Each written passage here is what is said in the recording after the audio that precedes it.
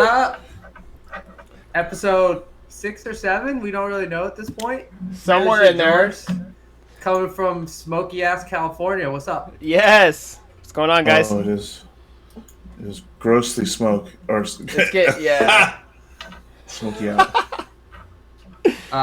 Grossly smoky and about 105 degrees today, which was not fun. Believe that. Perfect. It's a beautiful California day. Yeah, dude. Inching closer to football season at least. One more week of preseason and we're there. Uh-oh. Which basically my Sundays are now sitting on my ass for about 7 hours watching football straight. Did you get the NFL package? Full-time job. No, dude. I hacked the NFL package system. Oh. Dude. Wait. Explain It's all about that red zone, dog. So I get red zone on my phone through Verizon for about $35 for the whole season. It's like $7 a month. And then I just got an app on my computer that I can like screen mirror in HD and put it on my TV that's hooked up to my computer. And then I got Xfinity so I can just play the local games on my other monitors.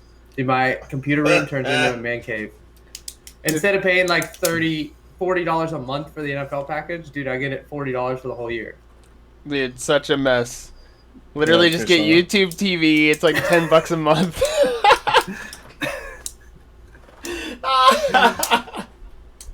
Then you gotta get YouTube TV. That's true. If you don't already have YouTube TV. It's like I probably pay $100 a month. No, YouTube TV is hell expensive now. It's like $65. Yeah. Cable's such a fucking ripoff. I have cable, but it's just like it's the same price to have cable with my internet as to not have it with my internet. So yeah, exactly. Yeah, that's the problem, man. It's like we're trying to cut our internet, our cable off because like there's no need, right? We have Apple TV, Hulu, HBO, Disney, all this shit, right? But we're still paying for cable. Yeah. Like you can't do both. Yeah, you gotta do one or the other. How often do you actually watch cable? Well, never. But my point is that like to get internet by itself costs the same as getting internet and cable. Yeah. So it's such a fucking kick in the dick. Until the second year, and then the second year they kick in and they like raise the price like $40 a month, and you're like, what the fuck is this shit? Yeah, you got to ride those promos. Call them every single year and get a new one. Yep. That's how you got to do it. I just upgraded mine. I was paying like $140, and now I'm paying like $70 a month. So Tith, I see you're sipping on some fucking margarita. Dude, would you expect anything less? No. Dude, check this out. What kind of tequila you put in it this week? Same shit. Corlejo. Riding it till it's done, dude. What is that? Gummy worm? Chewy pale ale? What is that, like a THC beer? No, it's a New Glory craft brewery. It's like out of Sacramento. Oh, shit. Is it good? Super good. Did you get that from the Brentwood spot? Sweet, dog. No, actually, I got this at Independent Brewing. They have like a little case of local brews from around the area and shit. Quick brew piece. I'm drinking the same fucking thing I drank last week because I don't buy new beer apparently. Pie, you can't see it. It blends in. Pie of the Tiger, lemon meringue sour. Woo! How many of those did you end up getting? Or you just got a four? I got a four pack. I gave one away, so I had 3 of them. Dude, idiot. A 4-packer was what, $20, $25? Probably. No, it was like, I think it was like $18, something like that. Oh shit, that's not too bad. On the alcohol train, the wine train. I also have another drink, which this is probably the only seltzer and the best seltzer I've ever drank. Seltzer. They're actually hella good. Get that shit out of my face, dog. Yeah, what are you doing? Come on. Dude, they're actually not bad. Drink one before you talk shit. Dude, I'm talking shit. If you had a rough day working in the sun all day and you're dehydrated and you still want to get drunk, drink a Bud Light seltzer. Drink water and take a shot of Jameson. I mean, I feel like there you go. Also effective. Yeah. All right, so we're going to transition into football talk. We got Jimmy G versus Trey Lance. Have you guys been following that shit? Yeah. So, Kevin, on our last episode, I don't know if you caught it, but Tith and I made a wager on Jimmy G and Trey Lance. So Mr. Over under? No, yeah. So Tith thinks that Trey Lance is going to start by week 7 regardless. Oh. Regardless of what happens. I said Trey Lance will only start by week 7 if the Niners are like 1-6 or 0-7 or Jimmy G gets injured, obviously. Which I think is a lot of malarkey if he even gets on the field this year. Start by week 7, dog. I'm telling you, they're going to use him like Taysom Hill. They're going to use him like an advanced version of Taysom Hill and like ease him into this system. He's not going to start this year maybe at all. I don't think he'll start. He might never start unless Jimmy G's hurt. I mean, that's just the bottom line. He doesn't start this year, but he'll play a significant amount of minutes. No. You're drunk. You're drunk. He's not going to start. We talked about starting. He said he's going to start this year. There's no way. I don't even know if Jimmy G is going to be on the team by week 7. Oh, God. Okay, come on. They're going to play him like 3 or 4 games. He's going to ball out, and they're going to be like, oh, look at this guy. They're going to dangle him out there. They're going to get a 4th-round pick. It's going to be done. A 4th-round pick is what you want for Jimmy G? That's probably what we'll end up getting, which is like probably like fair, I would say. 1st round or fuck off. 1st-round draft pick for Jimmy Garoppolo. I mean, if he's if he comes out and balls out of control and is just throwing fucking dimes for the first 4 weeks, then yeah, of course.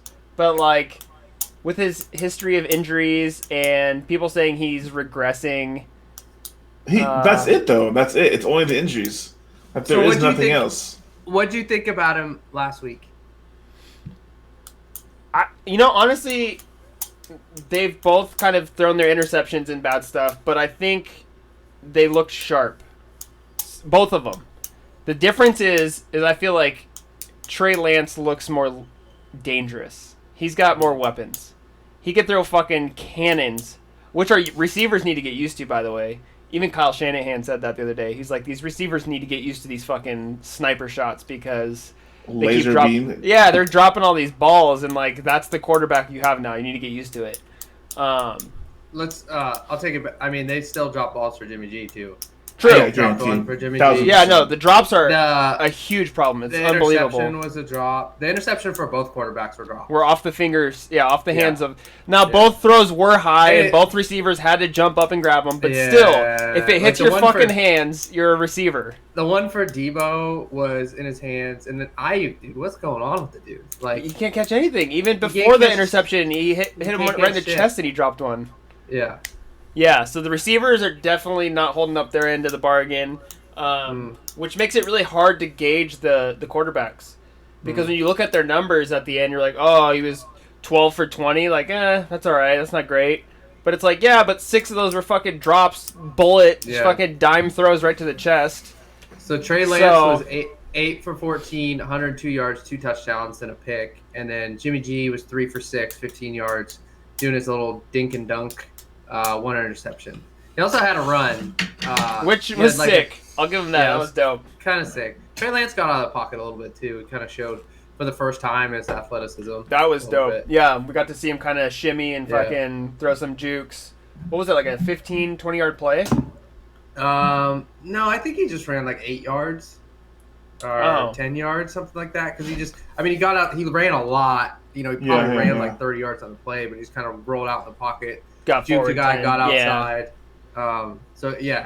He probably got like 10, but we had 8 yards rushing in the game. We can take a look at the highlights here.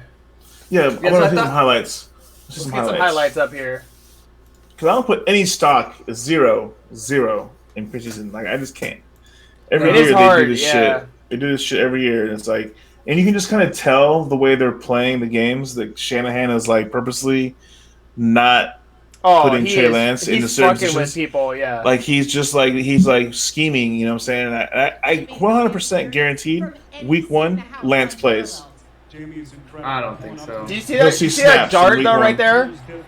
Hold on, let's rewind that for a second. He's not going to start at all this year. I'm just saying, like, second quarter, first series, second quarter, he's in there for like a quick, he ain't doing that. Whatever. Yeah, guaranteed. Just watch. You want to put money on that? Me and Tith got a bet. Look at those rockets. Those are like Roethlisberger and fucking Osweiler darts. $20 if he plays a snap, any snap, first game. Okay, I'll bet you $20. That dude, look at, he just fucking, he threw that like a flea flicker 40 yards. I'm gonna put some stipulations to this. I will bet you $20 he does not throw a pass in the first game, if it's not a blowout. So if they're losing by 30 points, oh, I'm not gonna make that bet because I don't think he's gonna start week 1. But I guarantee you he's gonna start by week 7. Look at this throw right here. No, I'm not talking about starting. I'm talking about getting in the game. Oh, you're just talking about Zook talking about doing the whole double quarterback situation? Yeah. No, I'm just saying he's going to get a snap in the first game. $20 says he doesn't throw a pass in the first game. No. That's not the bet. It's $20. I'll bet you $20 that he plays a snap in the game. No, I'm not saying he's going to throw a pass. He could do a run play, and that's not fair. Nah, $20 he doesn't throw a pass.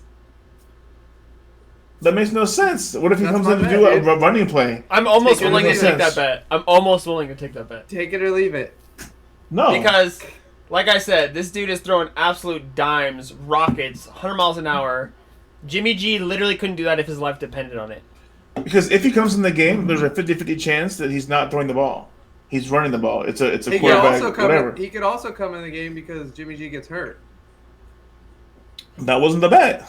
So that brings up a good point too. Is Jimmy G's health? So the last year and a half, he's gotten a lot of scrutiny. His play hasn't been 100%, but he was dealing with coming back from a destroyed ACL, and apparently his ankle was super fucked up to the point where he almost needed surgery, and he played through it. So now they're saying all those injuries are completely behind him. He kind of showed off his legs in this game, which kind of proves that might be true. And we might see the Jimmy G that we saw when he first came onto the Niners, which would make it a lot harder. How many games did you give him? How many games did you give him? Like, what's the trial period here? I said I gave him 7. Jimmy G? I don't think he's going to make it past 7. Okay. We gave up 3 first-round draft picks for Trey Lance. People want to see him, dude. Guarantee he's got more jerseys sold than Jimmy G already. Jimmy G's playing the entire season. More jerseys? He's just calling out the jersey sales? Watch. Hey, management pays attention. Dude, they're going to put pressure on Lynch and Shanahan to play the guy that's selling the most jerseys. You already know that. I don't know. I don't. Maybe not in this organization. I think it's like less likely than, like, say, the Raiders. You know what I'm saying? If Davis is saying, you know what I'm saying? Like, whatever Davis says goes. Like, that's just a lot of line. Now watch this 40-yard flea flicker. Literally, dude tosses it like that. Sidearm. Fucking 40-yard dart. Well, he definitely has a cannon. Didn't even wind up. He's wide open. Come on. They played the soft-ass cover 3 coverage. He threw it right in the gap. And actually, it was a bad pass because he had to stop for the fucking ball. Yeah, he put it in the spot he needed to. It was a dime. Bad pass. Look at that. Look at that. He stopped. Dime piece! He had to put it there so the safety wouldn't come at it.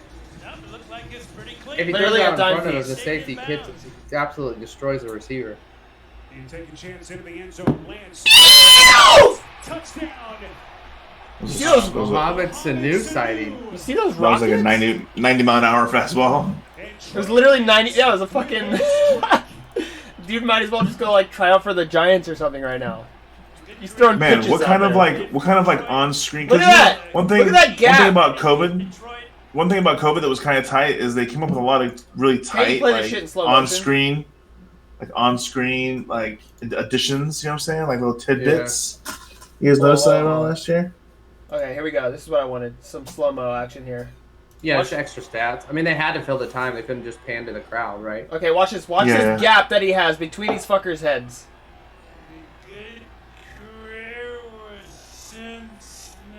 Vanilla defense. Yeah, I don't think he's even looking at the dude. Backups. Perfect. What a bitch. Just get down to the ground. Can't even like run out your touchdown. He's literally perfect. Okay. Oh, and he's out. Yeah. Look at that. Dude, he's gonna play like 1 or 2 snaps. That's it. He will not start a game this year unless Jimmy G gets hurt. Look at those darts! Yeah, I agree with that. Come on, Jimmy G could never do that. Travis Benjamin, yeah, he can. Benjamin. That's a rare sighting. Travis Benjamin drafted by the Browns. This is a cool pass. He let his receiver like hang out into death. Yeah. But I mean, it's still like if that was Dante Whitner, we'd witness death. Yeah, it was still a good pass. Look at that fucking dart, dude. Come on. Travis Benjamin. I know, but look at this pass. Okay, Tith, you like to ride Trey Lance's jock, so let me ask you this. Yes. Ride his jock. I'm about it, dude. I've been super impressed, honestly. Nah, he's been on it. Do you think Trey Lance is better than Baker Mayfield right now? Oh. Not right now. I think he will be by the end of the year. Okay. Yes. By the end of the year, yes. Give him a couple games. Yes. He will be. What do you think? No, I think we can talk about the Browns. I think Baker's like came into his own last year and really showed. Like I didn't think Baker was going to be that great of a quarterback. I thought he was just going to be a leader and kind of Drew Brees mentality, but not really put up the numbers that Drew Brees did. But looking at his offseason work and everything like that right now, he's going to come out fucking slanging this Here's year. the thing. I actually really like Baker Mayfield, and I've always wanted him to be a good quarterback because I just like him. Like, there's something about the guy. I like his attitude, his work ethic. Like, he's, like, sneaky athletic. Like, there's so many elements about Baker that I like, and I want him to be good, but it's like every time I expect him to be good, I feel like he disappoints a little bit. Yeah. I mean, he did not. I mean, he came back in a lot of games last year, and like the Bengals game where he led that drive, the Ravens game where they lost, but he fucking just kept putting together drives. Steelers game. That was the second time they played the Ravens, right? Game 2. Yeah, that was a good game. He played really good that game. I mean, there's just a lot of games that he just made the throws, and the thing is, like, I don't know if you watch this, but Jarvis Landry has a YouTube like channel that he posts videos of like off-season workouts, and he posts all their workouts and stuff. And they literally. You don't watch that. You don't watch that. I did watch it. What are you talking about? Why would I not watch everything Browns? Yeah, dude. You know he's just sitting there all fucking night in bed on his iPad. Okay, so they had a voluntary workout together called Camp Mayfield in Texas, where they brought Baker, Rashard Higgins, Jarvis Landry, Odell, David Njoku, Kareem Hunt, Nick Chubb, like all these dudes just voluntarily got together, put in work for like a week straight, like went out on the lake, like hung out and everything, and like everything they showed, like everybody was putting in work. Trust me, I'm the first to say the Browns are probably my second favorite team, and I do want them to succeed. You know what the number one thing that he brought up on his channel and what everybody keeps bringing up? How pissed they were they lost to the Chiefs. Like how much it hurt that they lost to the Chiefs last year because they had that game in the bag. And it like kills every single one of them, and that's all they're working towards. They just have that fucking vengeance. One of the quotes that Jarvis had, he's sitting there with like Odell and Rashard Higgins and David Njoku and Kareem Hunt. He's like, this team's made up of too many dudes with something to prove. He didn't say dudes, he said the N-word, but he said too many dudes with something to prove. And like that's so Cleveland right there. Yeah. And I think they're scary. They're scary. The Browns could potentially put on like a crazy season. Like this could be like a historical, just fucking blowout season where they just. I mean, they're gonna stomp see week everyone. They're gonna see week 1 because they play the Chiefs week 1, and Chiefs week 1, like the Chiefs look insane. Like when they played last night, they like Mahomes just looks insane. The whole offense looks insane. It's just like that's gonna be their test, and they have not started out seasons well in the past couple of years, but. This is going to be their test to show how ready they are. Listen, you heard it here first. 9-8. 9-8. I'm going to go 10-7. I think they'll go 10-7. I wouldn't put it past them to go 9-8 or like 8-9 and have one of those Browns like disappointment seasons. But you know what? There's not that much hype with them this year. Like, have you seen hype on the Browns this year? No, everyone's sleeping on them, which is a good thing. I just haven't, like, I don't think anybody's sleeping on him, but nobody's really hyping him up this year. Dude, if you look at, like, so I've been doing, like, fantasy football research, right? Chubb and Njoku. And on all the fantasy, like, all the sites, you can go to, like, Sports Illustrated, you can go to ESPN, all of them. when you rank the fantasy defenses, dude, the Browns are like ranked number 20. And I'm like, in what world is the Browns defense number 20 in the league? Secondary. Like, they're top 10. They might be top 5. Like, where the fuck is that coming from? So, like, I definitely feel like people are sleeping on them. I saw a ranking where they were like 9 or 10. I didn't see any below like 15, which was crazy. It like blew my mind. I was just like, what is going on? Like, these people aren't paying attention. So, with that, I definitely think people are sleeping on them because I think their defense is what's going to lead them the most, honestly, this season. Not their offense. What's crazy is when I heard a story about them having to make cuts, and they're like, this is like such a tough year for the Browns to make cuts. This is the first year where everybody they cut is probably going to end up on a team somewhere else. Yeah. Or end up on a practice squad somewhere else. For sure. Because it's like they have so much fucking talent. Yeah. Everywhere. Like straight up like insane. David Njoku might get cut. No. Yeah. Well, he's like the third string tight end right now. Yeah, he's not going to get cut, but like literally he has Austin Hooper and Harrison Bryant that are probably better tight ends than him. Yeah. Which is crazy. David Njoku could go to any team outside of like the Chiefs and the Niners and start. Yeah, literally. I feel like they'll keep him because he's that guy in the red zone. He's like, more than any of those other guys because he's such a monster. I mean, he's the red zone big king. Dude. He gets more touchdowns. He leads in touchdowns, I guarantee. There was a time last year that he wanted a buyout and he wanted to trade and everything like that. But this year, dude, like he's invested. Like he's in. He's like, I don't give a fuck where you put me. Like I want to be a part of this team. Yeah. Well, like you said, he's got something to prove. Yeah. And that just kind I'm of not sure where they make helmets that big for dudes' heads. That dude's head is like... you know who else has something to prove? Who's probably the biggest name on the team is Odell. Yeah, 100%. I mean, literally, he hasn't put up a good season since he was on the Giants. Yeah. So, injury after injury, underperforming. Like, that dude's got shit to prove. Yeah. And he's talented enough to do it. And he's in shape. And he's like, he doesn't give a fuck about the stats right now either. Like, he doesn't give a fuck. He just wants to win. And he wants to be a part of this team. And he wants to fucking, he just wants to contribute. If he returns to the same Odell we saw in New York, oh, dude, the Browns are going to be unstoppable, dude. I mean, their receiving core is insane. Yeah. Their receiving core is literally insane. God, the margaritas, really? What? Jarvis, Odell, Rashard Higgins.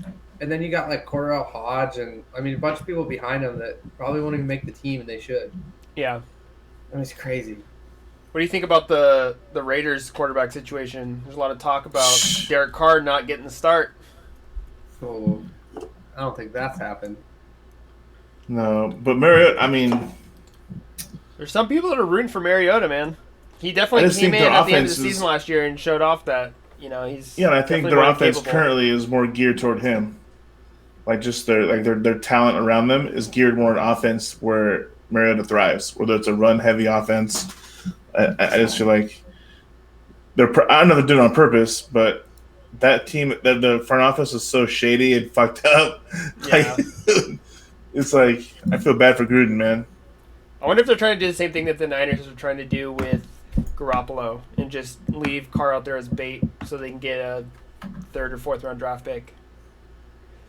The thing is, I still think Derek Carr is a pretty good quarterback. I think he is too. I think he is. He's a serviceable quarterback, but he might be due for a change of scenario though. Yeah, he doesn't get over the hump, right? He never can get him to the playoffs and lead him to the playoffs, and that's why they want Mariota in. Yeah. Yeah. Well, and like I said, Mariota came in last year and he fucking balled out a couple times. Everyone was like, "What the hell? What's up with this guy?" Yeah, he was killing it. Yeah. Also, the Raiders need some help everywhere else. They need help on defense. Their defense is gonna be trash this year. Their defense is gross. It's pretty gross. They're going to score 40 points a game and even compete. Yeah. So that brings up another question with the offense, though. For me, is they're going to obviously have to score a lot. Do you think Kenyon Drake being on the team affects Josh Jacobs' productivity any, or is he clearly the number 2? Yeah, we'll see.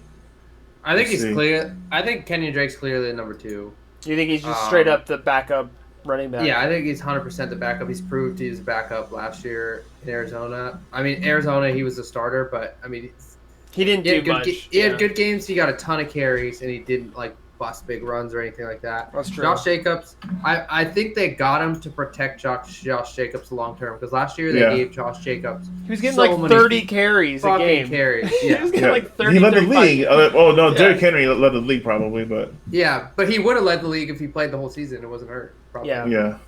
I think they're just going to use it as rest. I think Josh Jacobs' fantasy value drops a little bit. A little bit. I don't think a lot. No, but I don't think it's a lot. I don't think it's anything like, oh shit, don't draft Josh Jacobs in, the top 3 rounds. I think Josh Jacobs is still top 10. I still haven't taken him out of my top 10. Top 10 running back or just top 10 overall? Top 10 fantasy running back. Okay. So top 10 running back, yeah. I think so. I mean, he's on the lower end of that top 10, 8 through 10, but yeah. I think he's still in there. Because the talent, dude. I mean, he's a beast. Every time he touches the ball, there could be 12 yards every time. So, I think Josh Jacobs is a beast. I think Darren Waller is a beast. I think Darren Waller has cemented himself as top 3 tight end. Yeah, I mean, you got Henry Ruggs and Bryan Edwards. I mean, you got a good, talented, skill positions for the Raiders. Just they got weapons. What's their O-line going to do this year? Dude, Alex Leatherman. Yeah. Fucking Leatherwood. But hey, we talk a lot of shit about that. What if this Leatherwood guy just comes out and he fucking just makes that O-line G as fuck and gives Derek Carr some time in the pocket, opens up more lanes for Josh Jacobs. You never know, dude. Maybe that's the element that they were missing. I don't know. Tomorrow I'm going to watch. We should have this thing tomorrow because I'm going to watch that game. We're going to record it. We're playing it on a big-ass outdoor theater type thing at Amber's house tomorrow. Oh, yeah. Raiders play the Niners tomorrow. Yeah. Oh, they do? Oh, fuck, dude. Yeah. I'm about to come over and throw hands with Zook. Coming hot. He's coming hot, swinging. What do you think is so let me ask you this. So Raiders, Niners is a huge rivalry. The last time they played, I think it was in preseason. Didn't somebody get killed or something? Yeah. Honestly, it's just a bunch of fucking ghetto shit. I mean, nothing to do with the actual game. I feel like I've never really looked at the Raiders as a rival. Obviously, we're competing for fan favoricy in the Bay Area, but in the grand scheme of things, as in terms of teams in the NFL. We might play them once every 3 years. Why the fuck do I care what the Raiders are doing? Yeah. So I've never. They're literally the redheaded stepchild. They're that too. They're just kind of a B grade organization. Oh, dude, what happened to Dubz? Oh god, dude. You got happening. Holy crap! Are you plugged into a USB 3.0? Yeah. Oh, dude, your shit is whack, dog. It's fine on OBS. It's just when it transitions over to your shit, I blame you. It might be your internet, Tith. dog. You might have whack internet. Dude, I do need a new modem. Oh, that's I'm literally watching 5 things on TV while I'm playing. Dude, I'm streaming, uploading and downloading, streaming and recording. All right, I fixed it. All good. All right, there we go. Off. So let me ask you this question: would you rather go to a Raiders game when they played in Oakland as we went as Browns fans, go as Browns fans, or would you rather go to a Raiders-Niners games in Santa Clara as a Raiders fan? Which one do you think would be more uncomfortable? I mean, definitely going to a Raiders game as a Niners fan is more uncomfortable. Levi Stadium is hootsy tootsy, it's all brand new and nice. But I will say I would rather go to a Raiders game because it almost goes back to what we talked about last week with the A's stadium. Going to Raiders games was kind of the same thing. Remember when we went to the Browns Raiders game? Dude, that was so much fun just because of how energetic for sure it we're was. gonna throw hands. 100% exactly. we were throwing hands. You had to have your guard up at all times. You never know when someone's gonna just throw up and fucking show up and throw a hook at you. Like that dude stole Dan's hat. Like, what? Yeah, dude. Me and Dan had to go to the bathroom together because we were both wearing Browns jerseys and we didn't want to go alone. And when you waited in the line. Yeah, I went to the bathroom probably like 4 times, and when there was a line there, like, it was so uncomfortable. It was bad. A barrage like of shit talk. Awkwardly silent. Everybody talks shit. Everybody. Yeah, it was fun. But you don't get that at the Niners game, honestly. Like, Niners game, you show up, you get your hot dog. I'm a testament to that because I went as a Browns fan to the Niners game with you guys, and the only people talking shit was us. It was you guys talking shit. Like, nobody else did. Nobody else said a fucking thing. Most people were just hella nice. Yeah. But, like, honestly, like I said, I would rather go to the Raiders game just because the energy is more fun. Yeah. It just, like, adds an element of just, like, testosterone and just, like, I don't know, like, the football spirit, you know? It's like, whereas, like, you go to a Niners game and it's like, what, you're going to sip on wine and eat grapes? Like, I want to go to the Raider game now. Like the Raider games, maybe like 2 years ago would have been dope, but like in Vegas, like I want to see the atmosphere. You know what I'm saying? Like, I kind of like, is that mystique still going to be there? Is the black hole going to be as cool as it was? I don't think so, but I think it's going to be different. It's going to be cool in a new, different type of way. Yeah, it's going to have like a more like baller, like fucking Vegas like epicness to it. But like similar to Santa Clara, it's like a whole different clientele, right? Like, I mean, it's just such a high roller facility. Yeah, but like, I think Vegas is going to focus so much on like production and excitement and theatrics. Yeah. Whereas Santa Clara, it's like you're going to get like investors and like fucking Silicon Valley guys. You know, sunburn. Like they're not there to party. Yeah. So. Yeah. Yeah, I think Vegas, even though it's a newer stadium, even though it's going to be like, you know, gearing toward, you know, richer people and a different clientele, I think it's still going to have like a more exciting environment than Santa Clara. Yeah. Which would be sick. We should fucking do it. Like, it's not that far. We should go to Raiders. Like I said, I think October 18th, the Browns play the Chargers in LA. Then I'm going to the game. So that would be a cool one. Let's go.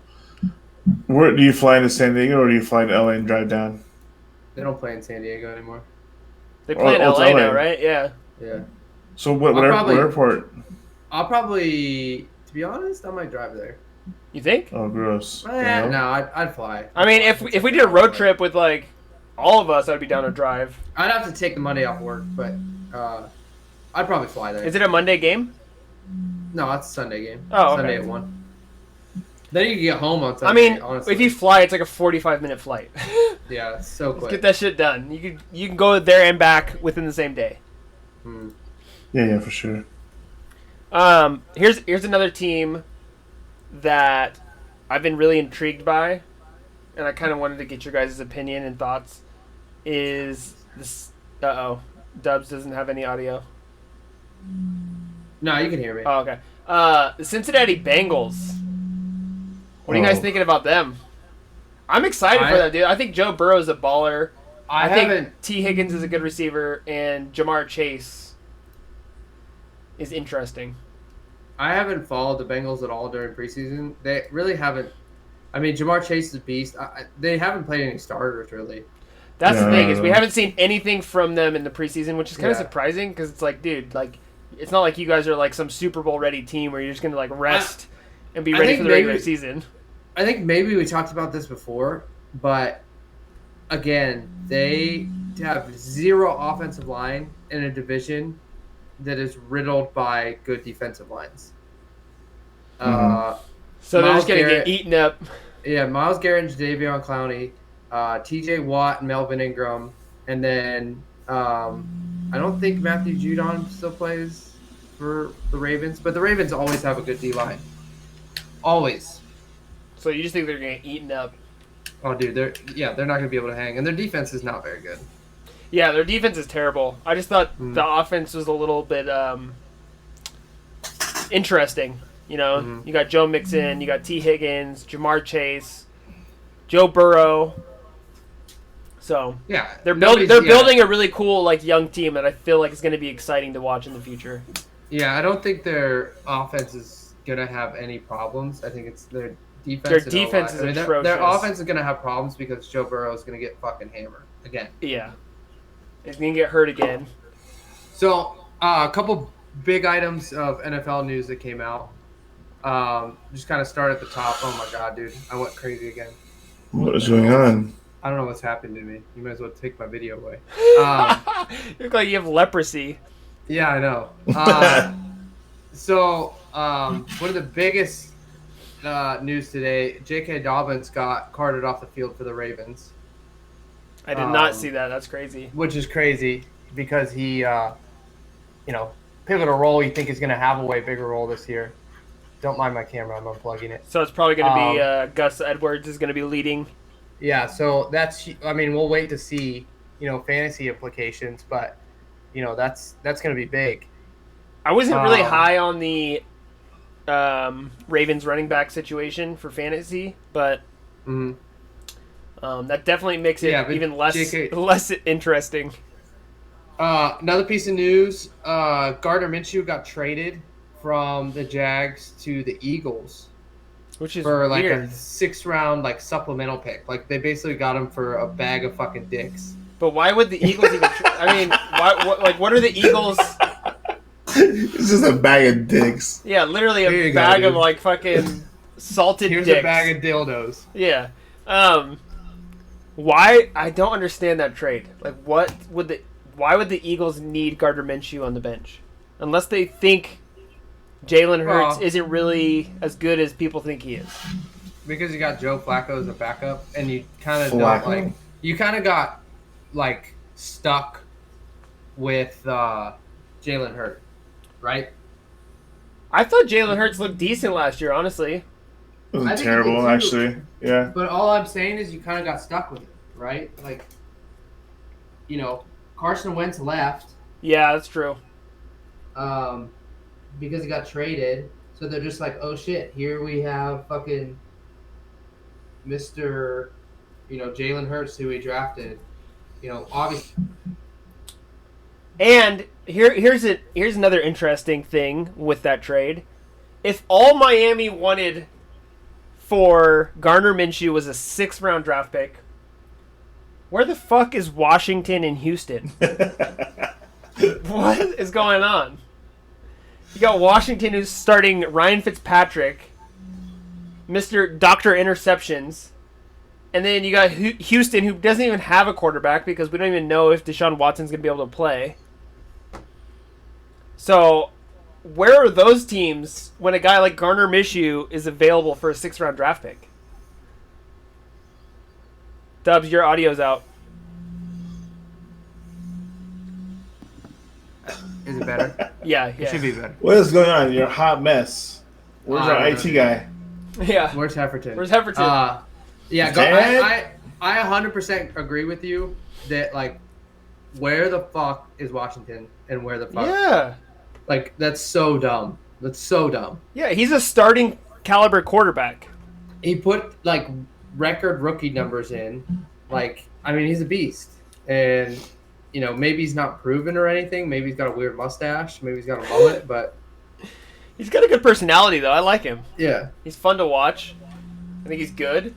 The other news, so the Deshaun Watson trade rumors have kicked back up.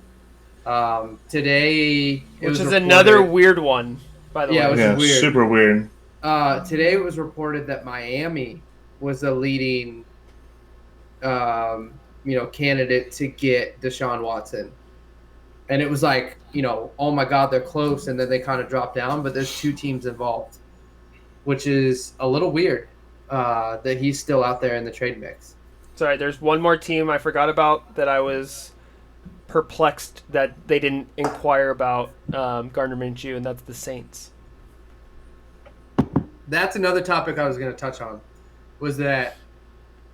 Well, we can touch on Deshaun Watson first if you want. But yeah, let's talk about Deshaun Watson.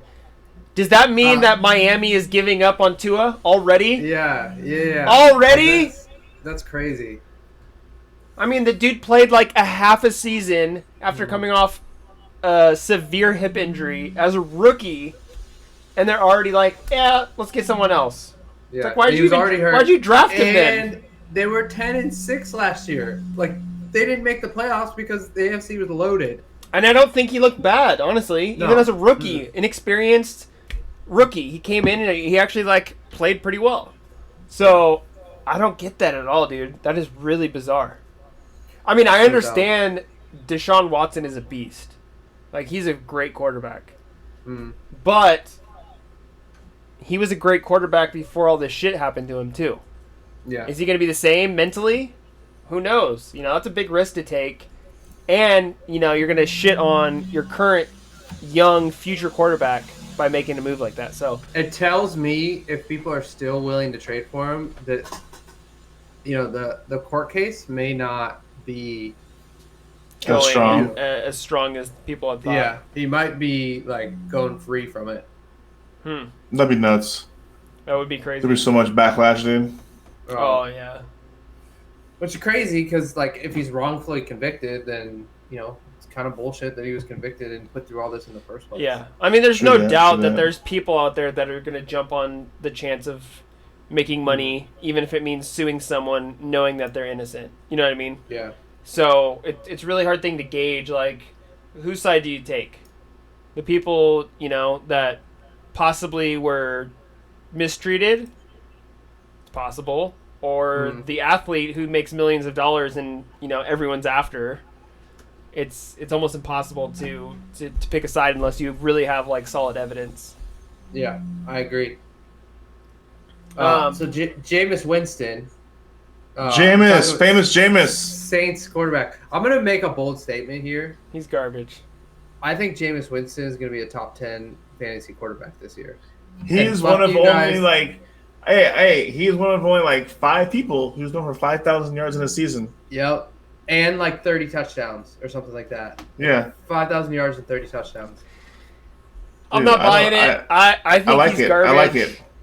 He was on the Tampa Bay Buccaneers. He was still a top 10 quarterback. He was still a top 10 fantasy quarterback. Hold on. For the Bucs. He had Mike Evans, Chris Godwin, ton of weapons. Cameron Brate. And he was throwing like 6 interceptions a game. He threw 5,000 yards, though. 5,000 yards. Yeah, but at that point, you're just Ryan Fitzpatrick. What the fuck? Hail Mary every play. Hey, I'm not talking about winning quarterbacks. I'm talking about fantasy quarterbacks. Jameis Winston is going to be a sneaky late round like pick that you can use as a starter for your team. Like, you don't want to draft a quarterback, pick fucking Jameis Winston late. And he will not disappoint. I don't like him. I don't know. I'm not buying that. I'm gonna tell you another sneaky. I'm just giving you guys fantasy advice for free, even though we're gonna be in the same league. Teddy Bridgewater? No, he's not gonna do anything. Sneaky fantasy quarterback. You ready? Hit us.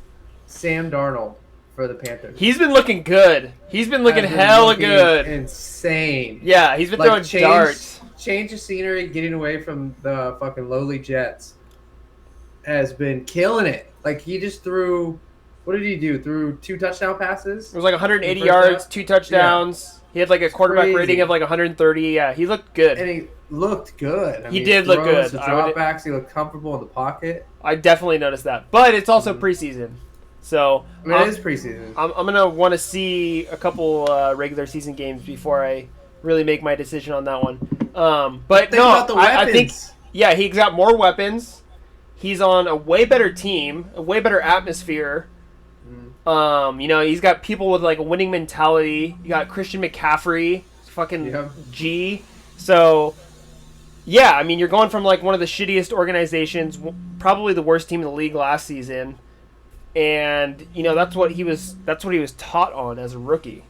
He was just shit on, and he had, you know, he was a high expectation quarterback coming into the league. So yeah, I mean, I think he's definitely a guy. He's still super young that could turn his career around and just ball out on a new team. So, he's got tons of weapons.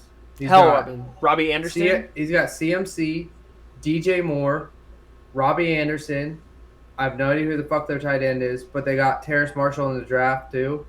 Like, those guys, holy shit. Dude, Christian McCaffrey alone. Yeah. Just fucking. If he's healthy. Just check down 100 times, and you win a game. Yeah. And you have a deep threat, Robbie Anderson. You have a freak wide receiver. And they've played together. Robbie Anderson and Darnold have chemistry already. Yep. So his rack yards are ridiculous. What were his rack yards last year? Yak. So what a yak at? Other news: Trevor Lawrence got named the starter in Jacksonville, which is pretty big. I feel like they just did it to put fans in the stands, but whatever. I mean, I feel like that one is pretty obvious. He is probably the highest, like, what's the word for it? He has the most hype out of any quarterback coming into the league. Probably in a long time. Like, I can't even think of one. Maybe it's the last regional, decade. but I feel like Trey Lance has more hype than fucking. No. I'm talking about before he even made it to the league. Like, I remember hearing about Trevor Lawrence when he was a freshman. It's because he won a national championship. And, like, people are like, this guy's the next god. He's the next Tom Brady. Watch for this guy in 3 years. And, like, every year in college, people are, like, hyping him up as if he was a god. So, like, I don't remember the last time they've had a quarterback with that much hype coming out of college, is my point. Yeah. I mean, obviously, you get guys that come into training camp wherever they were drafted, Patrick Mahomes, and they surprise people, but... I think what's the over-under for wins for them? Oh, dude, like 3. Oh, wow, I'm going to say 2. I think we talked about it last week that I thought it would be best if Garner Mitchu got the start over there in Jacksonville, but I kind of had a feeling that Trevor Lawrence was going to start regardless. Because how could you not if you draft him number 1 overall, basically tank a season before to get him? Yeah, why not? They for sure did on purpose. They were not the worst team in the league. No. So. The other named starter that was kind of surprised was Teddy Bridgewater in Denver. I really thought that Drew Lock was going to get a start because he looked kind of good in preseason. Yeah. But Teddy Bridgewater, old Teddy. Teddy's dude, steady Teddy. Steady Teddy. Steady that's Teddy. Dude, that's a perfect word for him. Steady. Mm-hmm. He's so consistent. I mean, he's not bad, he's not good, but he's just steady. And he's good at like everything. Like he's like semi-mobile. He's got a semi-good arm. He makes semi-good reads. Just steady Teddy, dude. I'm not surprised by that, and I think it'll be good for him. I think he's pretty good. Yeah. You know what it's going to do, like what I think right off the bat it's going to do well for is Melvin Gordon's fantasy value. Jerry Jeudy also. I don't think Jerry Jeudy. I think it does worse for Jerry Jeudy. You think He's so? not going to throw the ball as much. Yeah. I think Jerry Judy's going to benefit more for those short passes. Because he's a yak guy himself, so. Yeah. We'll see. Cortland Sutton will probably get hurt a little bit by it. I don't think Cortland Sutton's going to get shit because, Teddy Bridgewater's not going to be making big, 20-yard sideline throws and touchdowns. Yeah. That's not his game. But I think, screen passes and shit to Jeudy and, like you said, obviously opening up the play-action game for Melvin Gordon. Mm-hmm. So, I think it'll be good. Fantasy, we're gonna hype our fantasy game a little bit. Our fantasy football draft is Tuesday this week. We'll be live streaming it and oh shit, are we for real? Posting a podcast on it. Yeah. Tuesday night, dog. Tuesday night. 10-8! So I actually have a draft tomorrow as well for a different paid league. Jesus. With my wife's brother's friends. I think it's like a $20 league. I think so, not that much money, but I'm kind of excited. I literally have done zero fantasy research. It's just all like feel a little bit. I did a little bit today, but my research was basically just going down the list and assigning my pre-draft rankings based on my own feeling. Yeah. And a lot of it's you gotta get the scoring down and figure out what the scoring is and figure out who's the best pick at what position. But in the most part, for me, it's all feel. Like I can put together rankings, whatever like that. I'm still gonna take the guy that I have a gut feeling about is gonna do the best. Bro, I'm watching OTAs, dog. You guys are fucked. Dude, I watch OTAs regardless. I literally watch practice footage. Like I watch those 400-foot away views of the field that they have on cameras of like them running plays. Dude, I watch them eat breakfast. Dude, I have a screener with like 8 screens up as if I'm like watching the stock market, but instead I'm just like 18 different Twitter feeds from every angle of the practice for the 49ers. So some like pirated cell phone shot. Exactly. Some media member that's just filming it like out of his hip. Yeah, dude. So I got that shit on lock. What'd you guys think of Justin Fields? So he's from Ohio State. Who cares? Nah, I think he's doomed. He's doing really well. He played pretty well today. He played pretty well last week. It's tough to tell what he's going to do because they don't play him with the first team. That's true. Like even today, I'm pretty sure. I'm not 100% sure because I didn't watch the game, but I'm pretty sure today they played Nick Foles to start, and then they brought him in after that. I'm not 100% sure on that, but so do you think Justin Fields is the third string quarterback? Maybe. You think it's literally Dalton, then Fuckface, and then Fields? I think they'll put Fields too, just on pressure. That's how I'd do it. That's straight up how you do it right now? That's how I do it right Dalton, now. Foles, Fields? Yep. I mean, honestly, when you take into account experience, and I don't think Andy Dalton is that bad of a quarterback. I think he's a bottom tier starting quarterback, in my opinion. Oh no, Justin Fields got the start. Sorry. Oh, he did. Yeah. But the thing with Dalton is he doesn't have. It's kind of like the Jimmy Garoppolo versus Trey Lance thing. It's like Justin Fields probably has so many more weapons. He probably throws the ball harder. He could run. You know, he sells the play action better. No one's ever going to bite on Andy Dalton pretending to run. Yeah. So with a guy like that, he just opens up the field more. That alone makes him more dangerous. Mm-hmm. Even if he's less experienced, even if he doesn't make the best reads, even if he throws interceptions, he's more dangerous, which means he can make more plays. Mm-hmm. So Justin Fields this week went 7 for 10, 1 touchdown, getting the start. Not against starters, and I know Tennessee had a bunch of COVID problems, so they didn't play a ton of people. Last week, Justin Fields, coming off the bench, went 9 for 19, 80 yards. He ran for 46 yards. And he got crushed.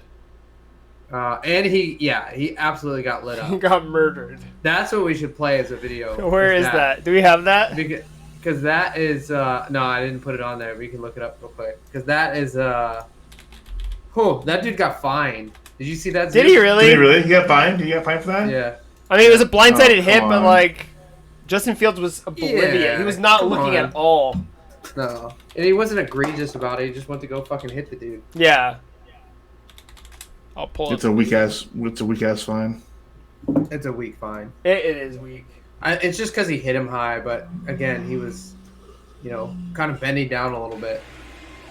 It looked worse than it really was, too. Oh! His helmet popped off. Blasted, dude. Right. That's what I'm saying. The dude leapt at him to hit him like in the stomach, and Justin Fields bent down. Yeah. Again, dude, Justin Fields is like a little smaller Cam Newton. Yeah, look at he literally goes. You can see him lowering. He goes to hit him in the chest, right here, bam, chest, and then he goes down. Looking at that one, I don't know, dude. Yeah, he hit him. I don't think he got very low. He hit him pretty high. Yeah, he did. Knocked his headband off, dog. Dude, Got your blasted that guy. He got crushed beast. Welcome to the NFL. Yeah, exactly. Keep your head up, kid. Yeah, he got rocked. That was pretty gross. But I think, I don't know, man. I think Trey Lance has looked better so far. Yeah. Then what? Than Justin Fields Oh, come on. by a lot. Yeah, I haven't watched. I mean, he was also one. drafted like 7 spots higher, so I mean, we can't be that surprised. But obviously, there's a lot of people that are like, "Oh, which guy was better?" So far, I've been more impressed with Trey Lance. I mean, they both played against similar competition, you could say, because they're both playing against second teams. Justin Fields in his first game looked really impressive. His first game, he looked great. I will say that. Yeah. And then the next two, I was just like, what's going on? Yeah. I don't know how he looked tonight. I just read his stats off, so I don't know if he looked good or You know which rookie quarterback is fucking killing it, though? Zach Wilson. Zach Wilson. The guy we were making fun of for being like 5'10 and 160. Yeah. He's just throwing absolute dimes. Like Drew Brees, fucking mint. Aaron Rodgers shit. Yeah, like mint. Perfect throws. I actually have a video we're going to pull up here. Small business owners, use Melio to... I don't know if they play. Did they play today? The Jets? They did. Did they? Oh, no, they didn't. Hold on. Let's watch some shit. This is crazy. Oh, they did. Oh, wait, was that last week? No, they did, because they played the Eagles, and it went... Was that the Hail Mary play? Yeah, it was a tie. It was a Hail Mary. Yep. He didn't play today.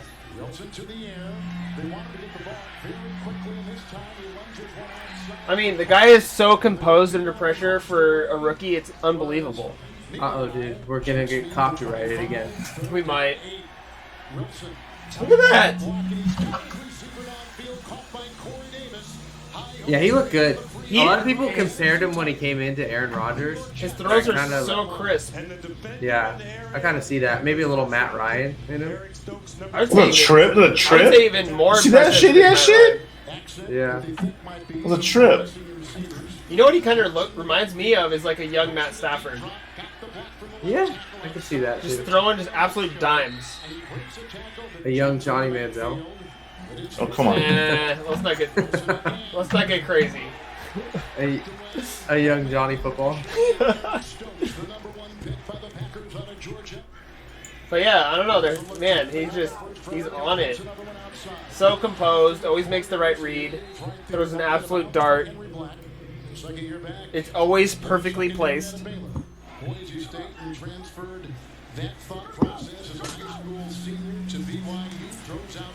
Oh.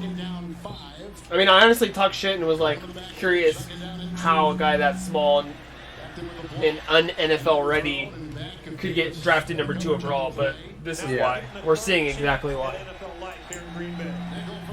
Preseason. Did they name him the starter? Oh, 100%.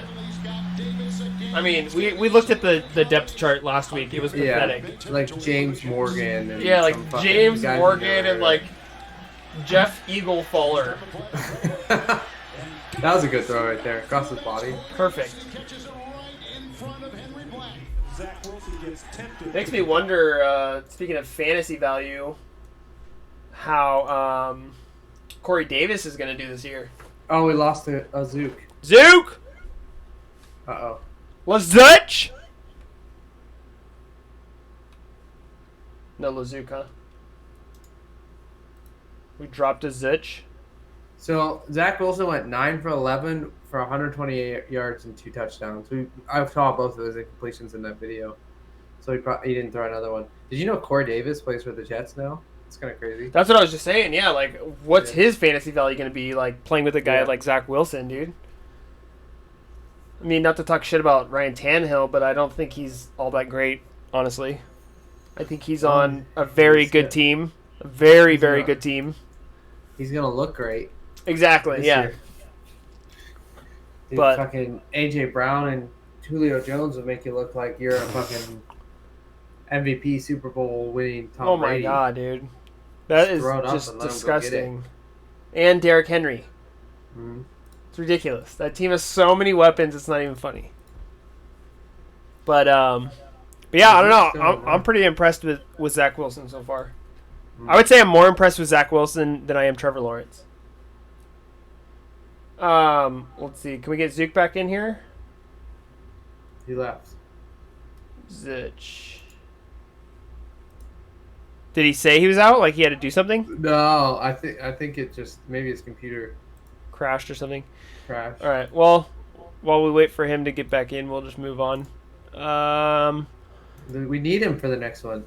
Well, we didn't talk about the Aaron Rodgers throwing just fucking dimes.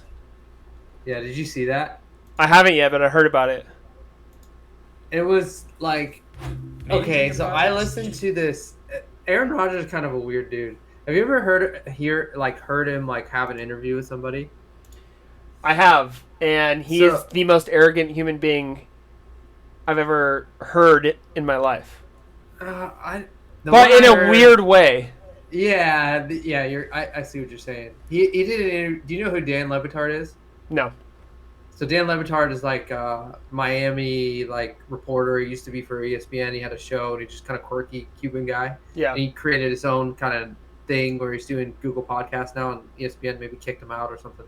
Just something stupid. But he always has like really cool interviews with people.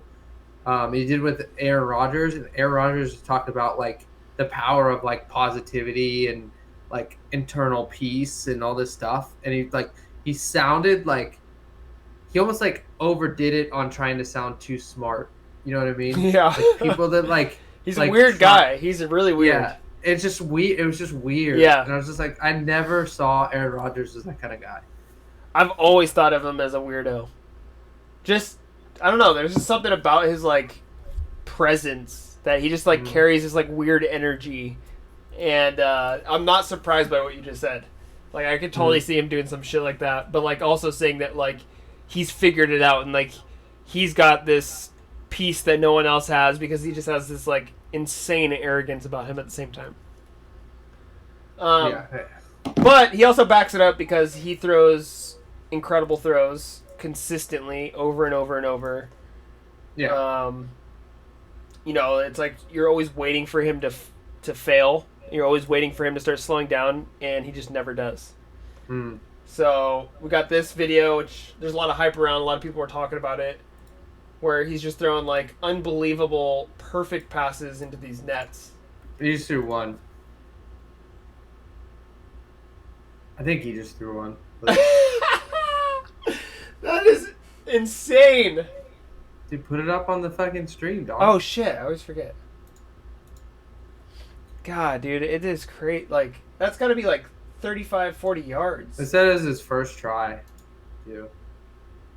Just like, oh, you went in the net? Okay. It's like 50 yards. Dude, look at that. Ooh. That's crazy. That is a very small window. Mm-hmm. And he did it like effortlessly. He looked off to one side and then hit it on the other side. I mean, that's the problem, right? And he's not even like tripping. He's not even like hyped about it. He's like, yeah. Like, what did you expect? That's the problem with Jesus Christ. That team is like they continue to go to NFC championships and can't win it. But he's so good, he just needs some weapons around him. I feel like they're talented though. I mean, they got Devontae Adams, they got Randall Cobb, which is their big signing, but they also got Amari Rodgers from Clemson in the draft, which is actually a pretty big pickup because he's a beast. I think they did that just to make him happy because he's been bitching. Yeah. Because I think a lot of the other guys they have, like, honestly, I think he makes them better than they really are. Like Lazard and who's the other guy? Yeah. That's Valdez-Scantling. Valdez-Scantling. Like, on any other team, those guys would be absolutely nobodies. Yeah. They're only, like, semi-relevant because of Aaron Rodgers. And, yeah, I understand his frustration. If you had, like, legitimate... Can you imagine if Aaron Rodgers was on the Titans right now? Yeah, that'd be insane. Dude. Unstoppable. Impossible to beat. The Packers do have a good defense, though. I mean, Preston, Zaire Smith, and then they have... not Zaire Smith. Preston and whoever the other. I know who you're talking about. Yeah. And then Zaire Alexander as a cornerback, who was right. a rookie last year, is one of the better cornerbacks in the NFL. I mean, they have a good defense now too. They had a good defense last year. Obviously, they made it to the NFC Championship. Surprised they got rid of Blake Martinez. Yeah, they just can't get over the edge. They can't get over the hump. I don't know what it is. It's always been like that. They won one Super Bowl, luckily, and then they couldn't get over the hump. I feel like they're always that team that's just like too afraid to make a big splash or make a big move. Like, why didn't they go get Julio Jones for Aaron Rodgers? Yeah. Like, why did they let him go to the Titans? Small market, right? I mean, it's a small market, so they don't want to spend a ton of money on some free agent. Yeah, but man, you don't think? I don't know. Like, think of the possibilities. That instantly puts them in a Super Bowl position. Oh, 100%. You got Devontae Adams and Julio Jones side by side. Like, come on, dude. With Aaron Rodgers throwing the ball. Yeah. Like, what are you thinking? I wish the Browns were in the NFC right now, because I think the NFC is so much easier to get through. Like, the AFC is so fucking loaded. It's pretty like gross. Unfair. It's gross. Because you have the whole AFC North division, which is the Steelers and the Ravens and the Browns, obviously, and then you got the Titans and you got the Chiefs. All those teams are insane. But yeah, those teams you just listed are all like potential Super Bowl teams. Yeah, which is crazy. The Browns have 2 of them in their division. Right. Which they went 11-5 in last year somehow. But you got the Niners, who have the Rams, and it's not really the same. The NFC doesn't compare, honestly. No, not even close. Now that I think about it, I'm like, yeah, no. Well, I mean, like, the Dolphins went 10-6, didn't even make the playoffs. Yeah. The Ravens went 11-5. I don't know if they made the playoffs or not. I don't think maybe they did. And who'd you have? Are the Bills in the NFC or the AFC? Yeah, and the Bills. You got the Bills too. Yeah. Dude, that's ridiculous. They're gross. Yeah, Josh Allen looked good today. Dude, he's a beast. He's so fucking good. He might win the MVP this year. I wouldn't be surprised with Stephon Diggs and the team gelling and how they were last year. I would not be surprised. Yeah, the Bills are that sneaky good team that, like, I feel like people still kind of underestimate them a little bit. Like, everyone knows they're good, but I think they're, like, hella good. Yeah. They made an AFC Championship and then got crushed by the Chiefs. Yeah, right? that can happen to anyone. Yeah. Any given Sunday, the Chiefs can just fucking rock anyone. So yeah. The Browns played the Chiefs so well last year that it's like, that's in the back of their mind. Like, they're going to play each game like, dude, we want... Like, that game 1 this year is just going to be insane. No Zook, huh? No, dude. It disappeared. Oh, well. But yeah, that's crazy.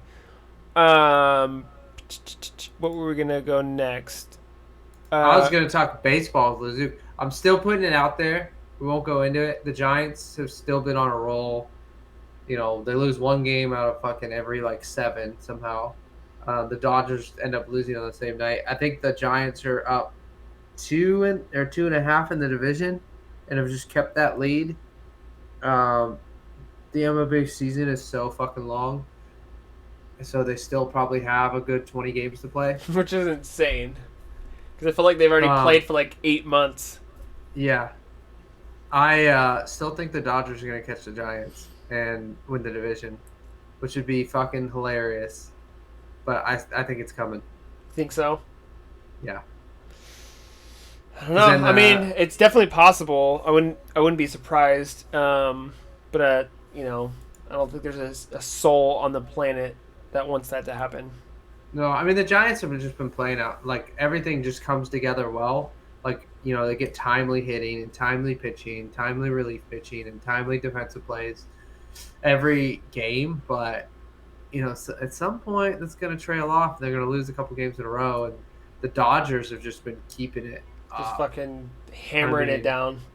I mean, it's crazy. I mean, but the Giants, again, won today, 5-0 against the Braves. 5-0? Yeah, Dodgers are playing right now. They're tied 2-2 with the Rockies. Shit. But it's crazy, just how the Giants keep winning. I mean, the team is you look at their roster, they're not that good, and they just keep winning. Yeah, sometimes team chemistry and just that energy is more valuable than talent. Mm-hmm. You get a bunch of fucking over talented guys with egos that don't mesh well together, and that shit happens. You see it in all Yeah. sports, especially basketball. Basketball is a perfect example of that. Mm. You get too many guys with big egos, and who's going to be the leader on the team? So, Yeah, they still have. So the 3 games up, whatever the Dodgers, they could go 3.5 or 2.5. They literally they've played 129 games. So they have about 33 games left. Which is that's insane. They 33? play so long. That's They could end up losing the division by like 20 games. that's crazy. Yeah, literally. That's crazy. Yeah. Oh my It's god. insane. I mean, they have a tough. I think they have a tough road ahead of them this year too, and like the rest of the season too. Their last half is a little bit rougher. Mm. How's that new guy they traded for? Chris Bryant? Yeah, they made like a big trade. Yeah, he's been killing it. Has he? And he's hit a couple home runs. Yeah, he fits perfectly. So in he's with them. getting back to his old self, Yeah. getting out of his rut. So the Giants have a series with Milwaukee, who's like right on them and LA's heels for best record in the National League. It's a 4-game set. Then they have a series with the Dodgers, the Rockies and Cubs, which are shitty teams. 1, 2, 3 series against. Yeah, they don't have that tough of a schedule. They play some shitty teams. 3 series against the Padres, who are kind of slumping a little bit. 1 more series against Atlanta, who's pretty good, but they're missing one of their stars who's out, and then Colorado and Arizona, who suck. Yeah, They don't have that. Isn't Arizona like the worst team in the league right now? The Orioles are the worst team in the league right now. They just went on a 19-game losing streak. I forgot they were even a team. Yeah. Who talks about the Orioles, dude? Yeah, nobody. I was sick. Like, when the Orioles were good, I was so pumped. Like, for some reason, that's just, like, one of those teams that, like, you kind of like if they do well. Yeah, because Is it it's like never the that good? Angels. It's like that team that's Yeah. never good. Mm, So, like, when they finally become good, you're like, hell yeah, like, go these guys. yeah.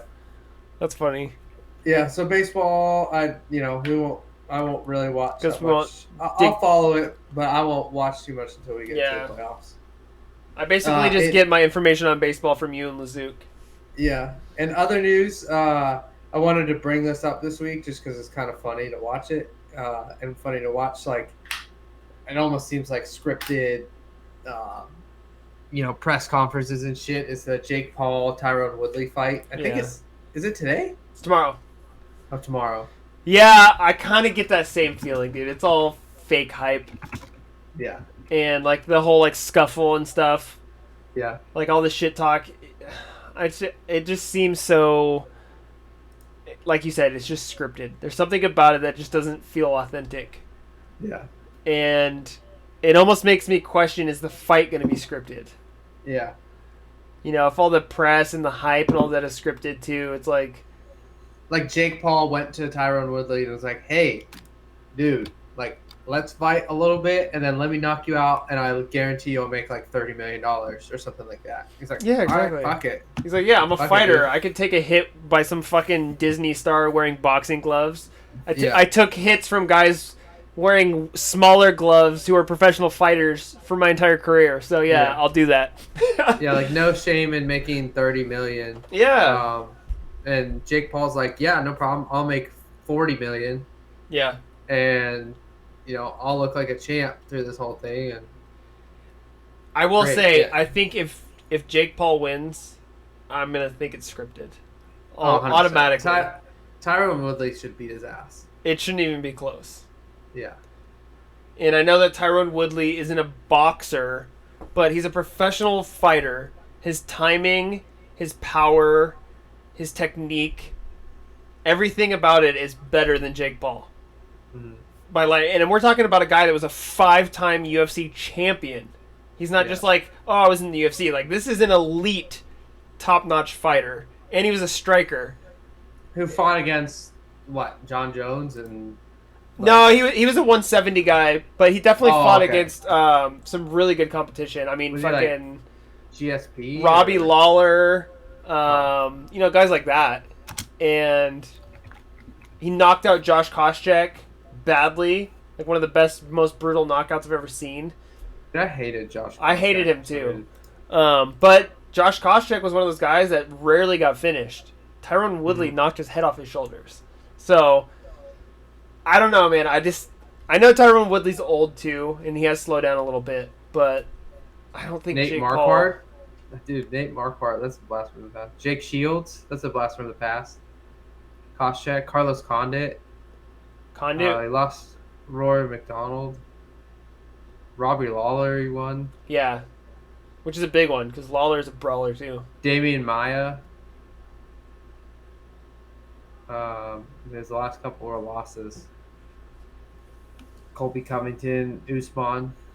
I mean, Tyron Woodley fought earlier this year. In the UFC? Yeah. In March. He lost.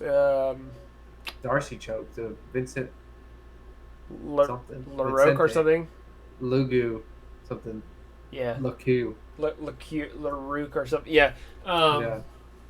Yeah, I mean, he started to slump, and the UFC is such a hard sport to stay on top of when you're that age because, you know, it's not just striking, it's not just wrestling, it's not just grappling. There's so many different elements, and, you know, it's hard to, at that age, be fucking top-notch at all those things.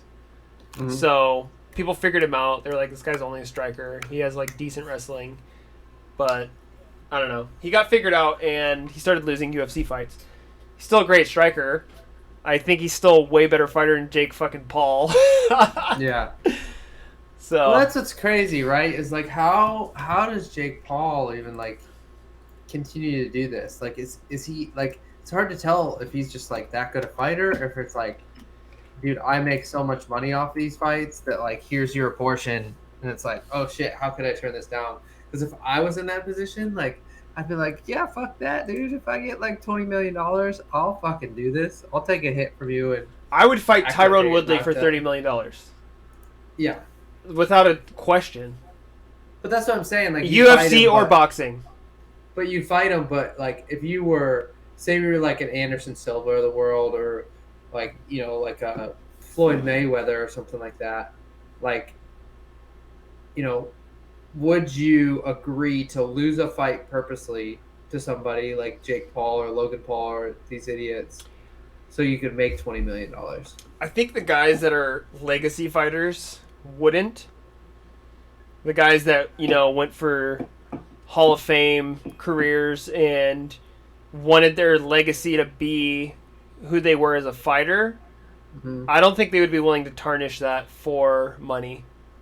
But I think a guy like Tyron Woodley, who was a really good fighter, he wasn't a Hall of Famer. He wasn't, you know, I don't think he was ever considered like pound for pound the best or anything like that. For someone like him, it's a little surprising, but like at the same time, I would do it in a heartbeat. So, and especially a guy like, who's the last guy he fought that was a fucking dipshit? Curly-headed fight. Ben Askren? Oh yeah, Ben Askren. Dude, he was never good. He had the shortest UFC career ever. He came in from, what was the other organization? I forget the other organization. But Strikeforce, yeah. He came from Strikeforce. And as a wrestler, he was already known as wrestler. He beat Robbie Lawler, who was already like kind of on his way out. You know, he wasn't the same Robbie Lawler that was winning fights. Beat him by getting his ass beat and then just wrestling him. And then got knocked the fuck out. Like, viciously. I think it was like one of the fastest knockouts in history.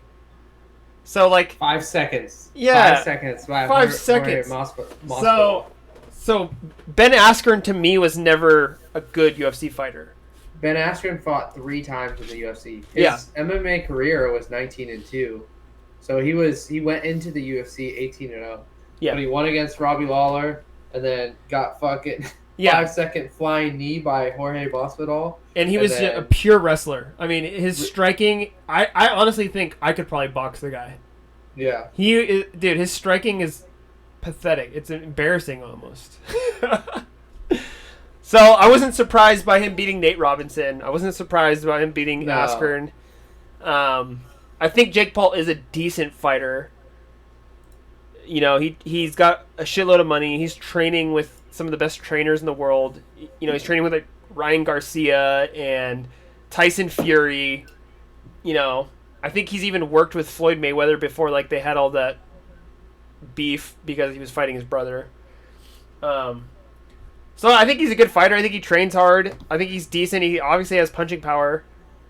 But I think when you get to a certain level, when it's more technical and like timing matters and technique matters and how you dodge and your fatigue and all that shit, he's stepping into a whole nother tier with Tyrone Woodley.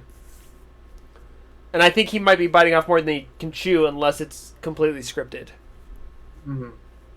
That's my opinion.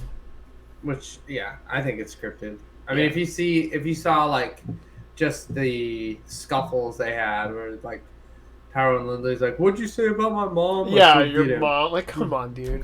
Green light, go get him. And then like, what just happened? What was that today? Where like Tyrone Woodley was showing his phone and he just like flipped it up in the air and tried to take his hat. Like, it's just like what are you doing? It's all fake. Yeah, it's bullshit. It's like wrestling.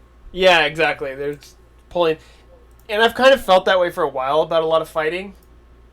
Like, even since like the Brock Lesnar shit. Like when they brought Brock Lesnar in and he was like doing the whole thing with Daniel Cormier in the ring where they pushed each other and had that like shoving match. Do you remember that? Yeah. Like, I thought that was hella fake. I was like, this is literally WWF. Like, this is fucking Brock Lesnar as he is in WWF, just in the UFC. Mm-hmm. And then honestly, I've almost felt the same way about the whole thing with John Jones and Daniel Cormier. I felt like a lot of that shit was scripted too. Really? I did. There was something about it that didn't just like, I don't know. It was just, I don't know. And the fact that Daniel Cormier works for the UFC. I just think he's got a lot of interest in the UFC, so any hype and fake drama with him, it just makes it seem even more fake. Yeah. I don't know. My 2 cents. I don't like Daniel Cormier that much anyways. No. He was the most boring, fucking annoying fighter. Yeah, he somehow got like, you know, heavyweight or light heavyweight championships and heavyweight championships. He was just not. The most, yeah. He was a good wrestler, but every Daniel Cormier main event was like, oh, this is going 5 rounds. I can't wait to watch this guy lay his belly on someone's head and tap on their face this hard for fucking 25 minutes. So, yeah, I was never a big Daniel Cormier fan. Even though I will admit he was really good. Good at the wrong things, though. Yeah, it was weak. He was weak. I was so glad when John Jones knocked him the fuck out. And he cried. So, last bit of the week, I got nothing to add to this unless you want to, is any updates on the California housing market? Prices are still going up, which is surprising. Right now I'm working with a couple who's looking to buy a condo, and they're looking from anywhere from Walnut Creek to like Dublin, kind of in that area, Alamo, Danville, all that shit, which is pretty pricey. We were looking, and we put in an offer about 3 weeks ago on an apartment. I think it was $399, so it was like just under $400. And now we're looking. We didn't win that offer. It got sold for like $20,000 above ours. But now we're looking in that same area, same criteria, and all the prices are closer to like $450. So it's just insane. Like, when is it going to end? How is it still climbing? Is that a 1-bedroom? A 1-bedroom, 1-bath. So bad. I should have kept my other condo that I had because I'd probably be able to sell it for even higher now. Oh yeah, for sure. It's crazy. Yeah, it's nuts. So I mean, I feel bad because it makes my job impossible. You know, working with these people who are trying their damnedest to do what they can with their budget, and you know, we miss out on one offer. We come back a couple weeks later, and it's fucking $50,000 more expensive. You know, like what are they supposed to do? Yeah. So it's make more money. Yeah, just keep saving. Come back later when you got more. Hope for the best. I mean, eventually it's got to slow down. It can't just keep going up at that pace. No, I don't care if it's the stock market, crypto, the housing market. Nothing can climb at that rate that consistently for that long. So eventually, it's got to slow down. We'll see. At some point, it's got to level off. It's got to level off, dude. It's got to. I saw a house in my neighborhood, like we talked about this last week, but another house in my neighborhood, I think it was a 3-bedroom, 4-bedroom, is listed at like $900,000. Yeah. Yeah, for that area, that's minimum. Or I think it was actually a 4-bedroom, but the carpet, like just the aesthetics of the house were horrible. Like they had like green carpet throughout it, and like I mean the yard was shitty. Everything was shitty about it. I'm just like, what the fuck, dude? Yeah, dude, people aren't doing anything to like old real estate. When you're ready to sell your house, you redo your floors, you paint the house, you make it look all pretty, redo the front yard, the backyard, you get it all ready for staging, and you hire a photographer and make it look all perfect, like you're buying this mansion, even though it's just like a house that you just dumped a little bit of money into. Nowadays, people are like, oh, let me go take a shit on the carpet and take a couple pictures with my old fucking film camera, and I'll sell it for $1 million. That's very true. I mean, who actually like puts in work to like put new mulch in? Why would you waste your time? Yeah. Yeah. Why would you bother? You're just gonna sell your house for like $100,000 over asking, regardless. So. Yeah, for an insane price. I mean, if you've owned your house for more than 5 years, you're gonna make $200,000 at least. Yeah, that's crazy. So yeah, people don't even fucking care. They don't even bother. Like, it's really weird. Some of the listings I'm seeing nowadays, I'm just like, dude, like, that's embarrassing. Like, but I mean, at the same time, like, can you blame them? No. Like, they don't want to put in the work to fix it. I would rather just cash out $200,000, $300,000 and walk away. Yeah, why would you waste the money? Yeah, exactly. Because it's not going to get you that much more. It's going to sell for what it's going to sell for. So it's a really weird, crazy, super competitive market. But at the same time, I don't even understand it, because I feel like, if anything, all the signs are pointing away from it being a good investment right now. All the big tech companies are leaving California. This is year 5 in a row that we've dealt with severe fire hazards. You're dealing with toxic air at least 2 months out of the year. So how is it still a place where there's so many people willing to invest in? Yeah. When all the signs are pointing toward it's going to be on a downtrend. I think it's funny when people say that, like, oh, so many people are moving out of California right now, like, because they're not. There might be a lot of people moving into California, but there's the equal amount moving back in, if not more. Yeah. Like moving from. Oh yeah, there's always the same. It's like just a constant influx. Like, and I think it's just 10 million out, like, 10 million in. Yeah, like people are like, oh, there's a mass exodus from California. Like, okay, then is there like a mass, immigration to California too? Yeah. Other states, like, you don't point that out. Right. There's 700,000 to 1 million people leaving, but there's 1.2 million coming in. Yeah. So what the fuck? Which brings up a point for me. I might be leaving California. I'm getting out of California, dude. Might have to. Why? My job recently announced that they're forcing mandated vaccination, and I don't really fuck with that. So I'm in a weird pickle right now. Weird predicament. So you won't just get the vaccination to keep your job? That's where the predicament lies. Because I'm against that. I'm against the government being able to force someone to do... I'm not against the vaccine. I'm not an anti-vaxxer. I think the vaccine probably does a lot of good things for people that need it. I'm against the government being able to tell its people that you have to take this when it comes to something medical. Because with any medical thing, there's always a risk and a reward. It's a job, though, right? It's for my job.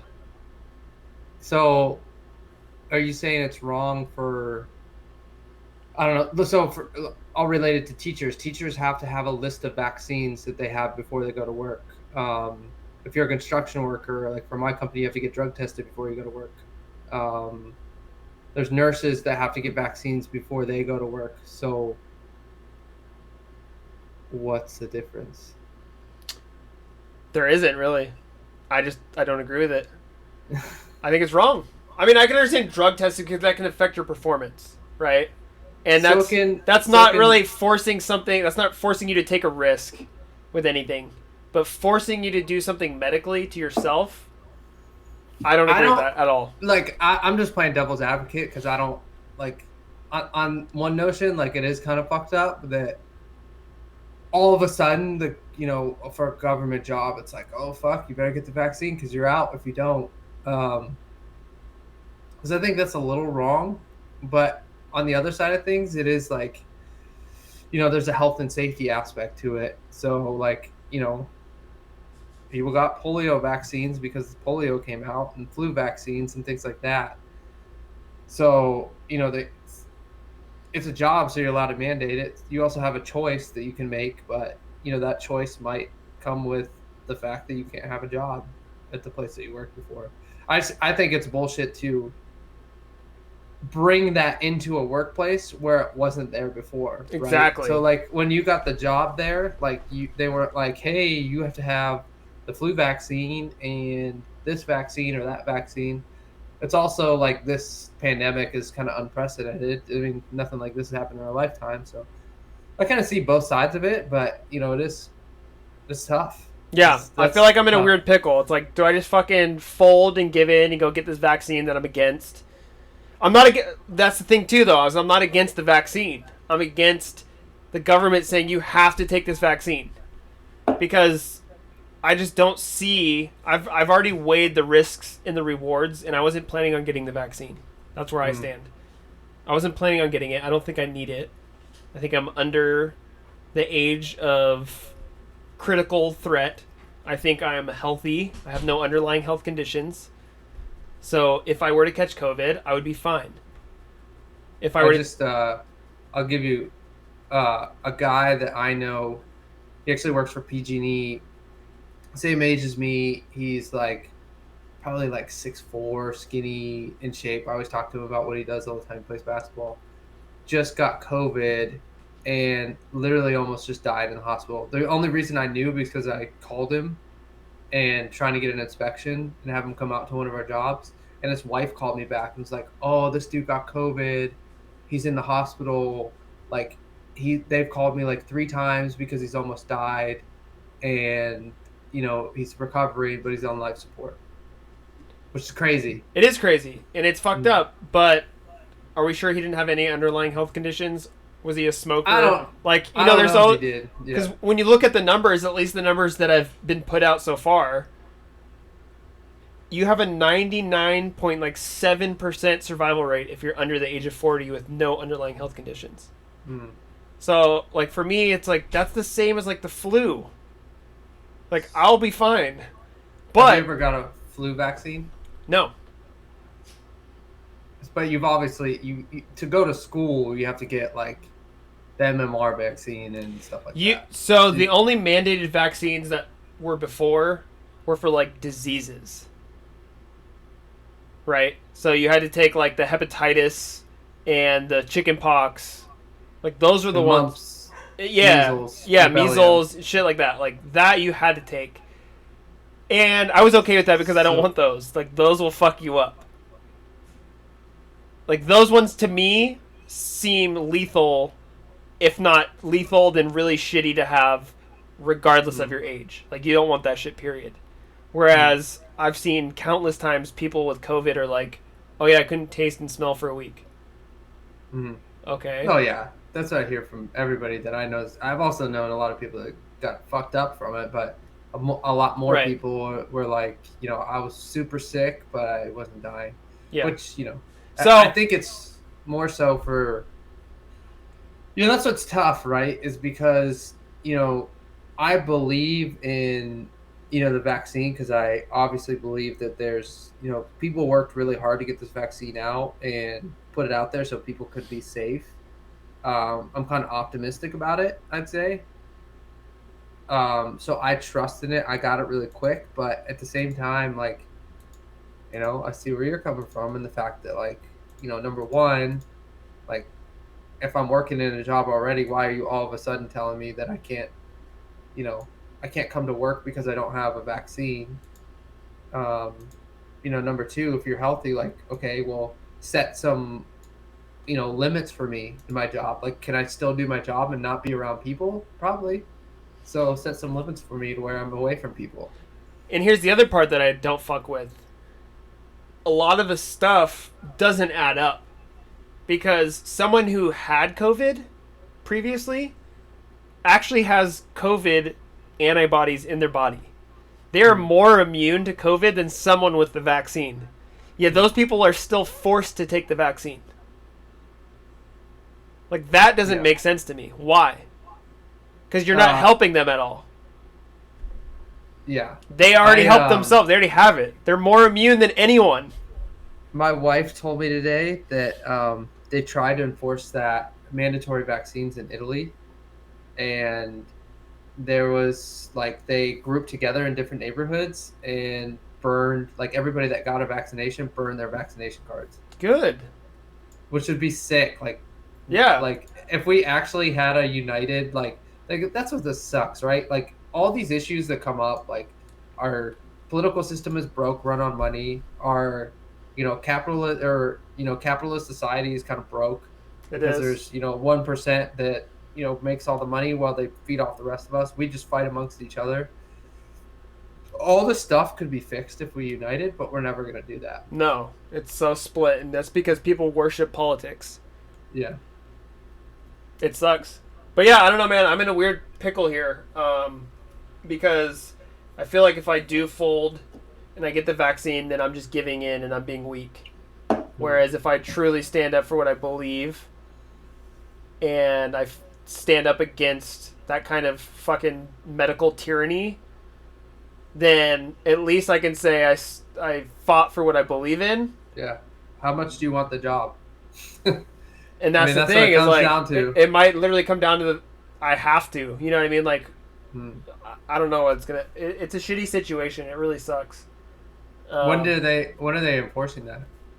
They just announced it on Friday, and they said we have until October 4th, or else we're fired. And I'm just like, that's fucked up. You got unemployment. I know. I just man, it's shameful, dude. It's insane. And on top of that, like, here's the other thing I have with the whole vaccine thing. So not only just, like, do I think it's shitty that the government thinks that they can just tell people they have to do this shit without there being enough research to support, such actions. The vaccines that are available to get right now are not FDA approved. So if their own federal fucking vaccine regulations that overlook that kind of things aren't saying it's ready to be deployed and they're not willing to give it its certification, how can they tell us that we have to take it?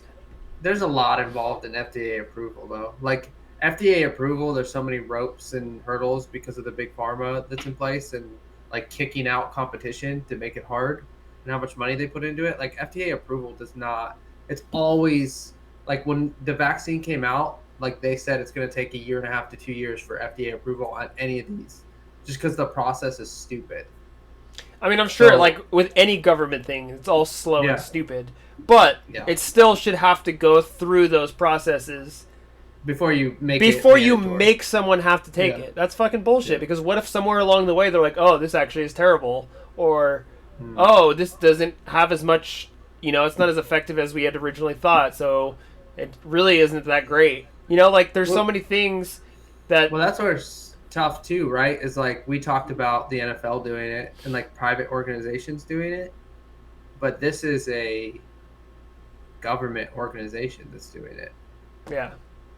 Which is kind of crazy. It's nuts. It's wrong. So, I don't know. I'm in that pickle right now. It sucks. Because I wouldn't say it's wrong if, like, say my company was like, you have to get vaccinated to work here. Okay. Like, it's a private company. Private company, yeah. You do whatever the fuck you want. You can make your own decisions. But for, like, a government, local government company that, isn't...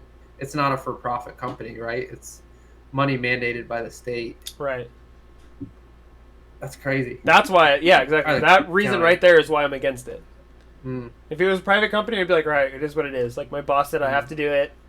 His company, you know. Yeah. But I don't work for a company. I work for the government. I'm working for the people. And the government is telling us we have to do it. It's just like, dude, like that doesn't. Well, they need to have. It doesn't seem like the government should have that much power. Yeah, they need to have the ability to say, okay, like there has to be somewhere in there that's like, okay, if you don't want to get vaccinated, great. Like, you know, maybe you'll switch jobs or maybe you'll go do this. Like that's what they should. And that's do the for other thing. teaching. Yeah, there should be like Right? an option B. Yeah, like that's what they should do for teaching, right? Like my wife got transferred, you know, to do online teaching from her school because they didn't have enough students show up for in-person teaching because they want to do online. So that should be an option for teachers. Like, hey, you don't want to get vaccinated? Okay, you'll be a remote teacher. You know, you won't have to interact with kids or anything like that, which would be perfect. Like for your job, like, hey, you don't want to get vaccinated? Okay, well, we'll send you to jobs where it's empty. You have your own truck. You know, maybe you work from home, you know, to sign in and everything like that. Or just say you have to do a weekly checkup and make sure you're not sick. Yeah. Or, take a daily COVID. Or daily. Yeah, fuck it. You yeah. have to check every morning before you come into work to make sure you're not sick. Fine. It takes literally 3 minutes. Yeah, deal. I'll do that. But yeah, instead they're saying, you have to take this or else. And it's like, really? I've worked there for fucking 9 years. I'm probably one of the best employees they have. And you're just going to tell me that I'm fired if I don't take your weird fucking vaccine. Like, that doesn't sit right. Yeah. And on top of that, like, I don't trust the government that much. Like, I don't think anybody should. Flint, Michigan? Was that long ago that we caught them pouring fucking poison into their water? Like, that's not a secret. That's not a conspiracy. That happened. We caught them. You know, back in the 60s when they were fucking... they were vaccinating black women so that they became infertile. That's not a conspiracy. That actually happened. And so, like, they've proven over and over throughout history that they do shady shit. Especially when it comes to, like, medical science. So, like, now all of a sudden we're supposed to trust them and be like, oh, they want us to take this because it's best for us. And it's like, yeah. Even if it was, I don't think you should have that power because you've proven in the past that you don't do well with that much power. Yeah. So that's why I think we need, like, if we had unity in even the state of California to, like, kind of overthrow the government in a sense, not necessarily overthrow, but like reform the government. Like, think about our presidential election, dude. Like, look who the fuck is in office. And I said this when the presidential election happened. Like we don't have a choice. Like, we picked a Democratic candidate that literally didn't win any primaries. Yeah, if you think that he is legitimately the person that the Democrats wanted, and when I say the Democrats, I mean the people, the Democrats, as in the people who are Democrats. Yeah. I'm sorry, that is fucking bullshit. Yeah. Bernie Sanders, I guarantee... He won primaries. Yeah, I guarantee 900 million more people wanted him to win than Joe Biden. Yet he's the one that made it. Yeah. It's crazy. It's nonsense. So yeah, no, there's so many things on top of the, like, whole mail-in ballot bullshit, like people not needing IDs to vote. Like, it's a fucking circus, dude. It's crazy. Yeah, that's why we need, like, and the fact is, like, there's so many outlets, and it's funny, I talked to like 3 people about this today. Like, there's, you know, number one, our biggest problem in this country is there's no restrictions on media outlets. So, you know, our different media outlets can post, you know, can put stories out and, you know, kind of fine tune them to however they want to fit, like, a Republican agenda, a Democratic agenda. And it makes people, like, hate the other side. Yeah. And create conflict. And it's so wrong. And some of it is making it so it's not truthful. That's kind of on the people though too though. It's on the people. You can't just sit there and just soak in nonsense and be like, this is real. No, but that's what they. You gotta look into stuff. Yeah, I know, but if you grew up in Alabama, the first, say the first 20 channels on your TV is all Republican news. So you literally grow up on that shit. Like they get you from the start. All your Facebook shit is geared towards Republican news. All your Instagram shit, all your Google searches, like all those analytics, like basically like that's all you know. That is your reality. Politics and media have basically started like a world war. Like everybody said World War III would be cyber war. Like this is what it is. It's, it's marketing, like ultra marketing through social media and through media outlets. And it's crazy. Yeah, and that's because they could, dude. That's what Elon Musk warned us about. Mm-hmm.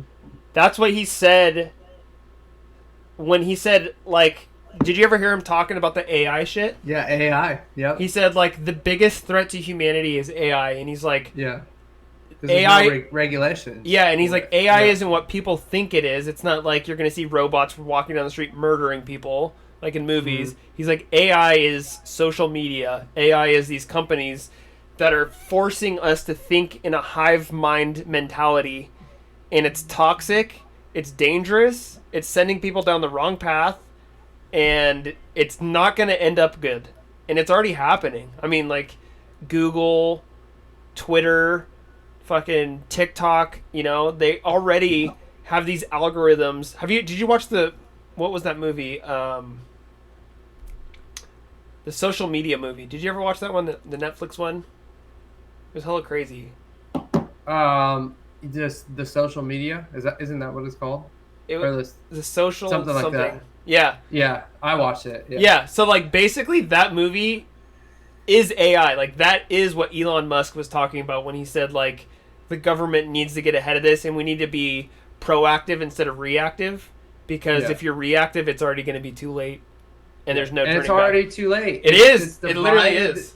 It's divided this country. And like I feel like it's divided the world. Like I don't know if I'm egotistical saying that. I'm a pretty smart dude, for the most part, but I feel so much smarter, and I feel like I'm in a world full of dumb people that people buy into shit like this. Yes. And follow it. Like it's just like what the fuck? Like use your brain.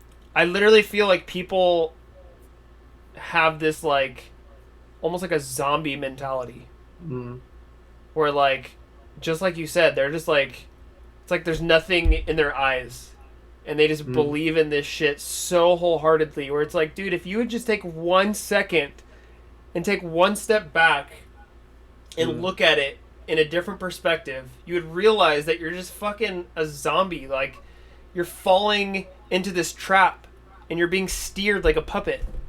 Yeah, it's crazy. It's scary. Like take 1 second and use like a different news outlet, or not even a news outlet. Like don't even look at the news. Like Yeah. Get firsthand information for 1 second. Yeah. Like, go try to experience something for yourself for 1 second. Yeah. Instead of just going based off what you heard on TikTok or on Facebook. Mm. Like, it's crazy, dude. But, like, no one... I think we're too late, especially the younger generation. Like, they don't even know better. Like, that is their only source of information. Yeah. Well, that's what's crazy, too, right? It's like we live in California, right? Like, somebody in Montana... Like, if you told somebody in Montana that everybody in California is a flaming liberal, that, like, as soon as you come into their state, like, they literally put a, pride flag on you and Black Lives Matter hat on you. They would probably believe it. Telling you that. They believe it. Yeah. Because they don't see it. Right. And they don't, like, see anybody from here disputing that. So it comes from a news outlet, and they're like, wow, those fucking liberals in California, I'm never going there. Yeah. It's like, dude, what the fuck? Like, there's normal people that live here. Yeah. And it's crazy. And it happens on both sides of the political spectrum. Oh, absolutely. You see zombies on both sides, and they're just fucking, like, brainwashed, like, monsters who are just, like, completely fed by... And the best part about it and this is like the first sign that you know for a fact that someone's like brainwashed by some like political theory. They all use the exact same language, the exact same words when they're making their point. And it's just like, dude, I've heard this like 15 times from different mouths. Like, you're just regurgitating the same fucking bullshit.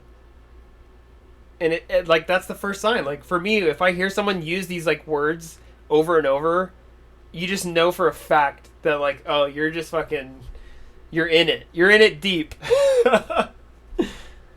Yeah, it's dumb. But it's also scary to think that there might not be any turning back from it. So like, this is our new reality. Yeah, which like somebody's got to break the chain, right? Like I feel like that's what's like crazy too, because everybody you talk to always has like a political opinion that's like, oh, did you see what fucking Biden did? Or, oh, did you see what Trump did? Or impeach Gavin Newsom, or impeach Biden, or impeach Donald Trump. Yeah, it's always... Yeah, everybody's on both sides, and there's nobody that's like, why are we impeaching everybody? Let's look at the political system, because if you want to impeach somebody so bad, like, obviously, like, you feel like you didn't get a choice, and we didn't. We got a choice of shit 1 and shit 2. Yep. And that there wasn't a choice in the primaries. There wasn't a choice. Like, those were our choices. So that's not a democracy at all. No. Yeah. The system is broken. Politics are very corrupt. Both sides. I don't give a shit what side you are on. They're money makers. I mean, they're money makers. They're, even in government, even in education. It's a reality TV show. Yeah. It literally is. And we're in it. And it's money makers, right? Like, there's these politicians that have been there forever that have lined the pockets of these other guys, so they push their agenda. It's like, there's things out there that are so true that happen that, like for instance, like, take something, environmental impact of cars and things like that.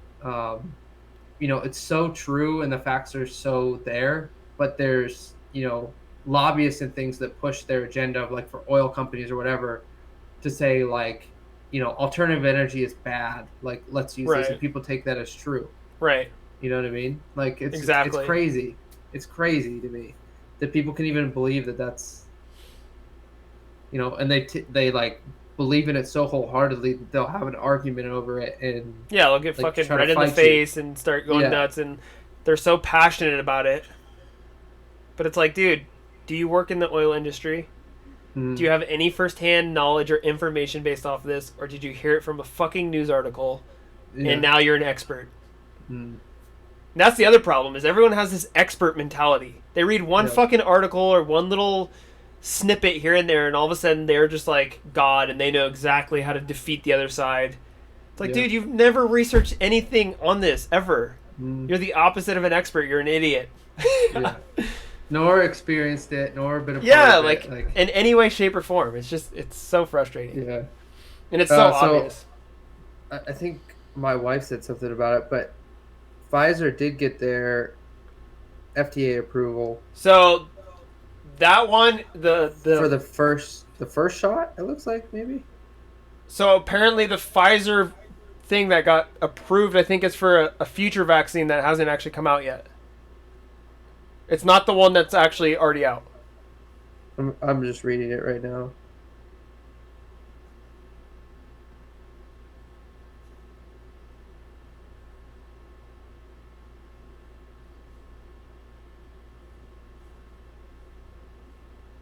Oh, yeah, that's what it looks like. What? Which I don't know. Also makes it more shady. It's like, how did this other vaccine that's not even out yet already get FDA approved, but the ones that are out haven't been FDA approved yet, and they're forcing us to take those ones? Yeah. Like, what the fuck was in my Pfizer vaccine? Exactly, right? So, yeah, there's just a lot of weird, shady shit about it. And like I said, at the end of the day, I'm not even afraid. I'll take any of the vaccines. Johnson & Johnson, Moderna, I don't give a fuck. I don't think the vaccine's going to kill me. I'm actually glad I got the Pfizer over all those, to be honest. Yeah. I just trust Pfizer more. I don't know. Yeah, it seemed like the most like the most trustworthy company or like the most advanced, ahead of the curve.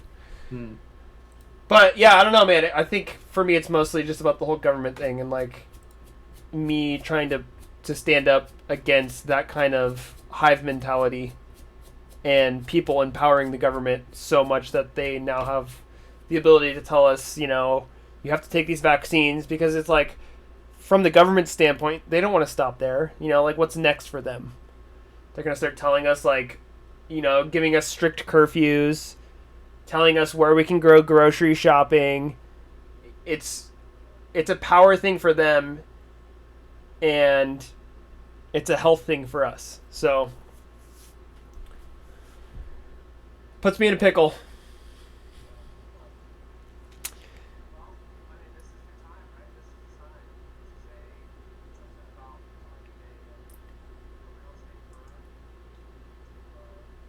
Well, yeah, but part of me wants to leave California altogether because of the hive-like mentality that exists here.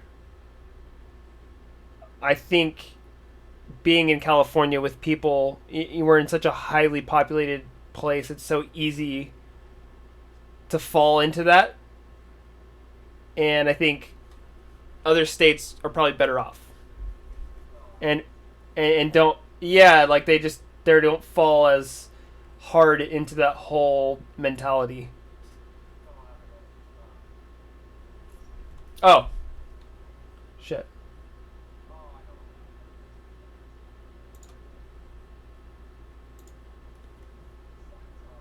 So, I mean, staying in California and, joining real estate, like, yeah, that'll be an,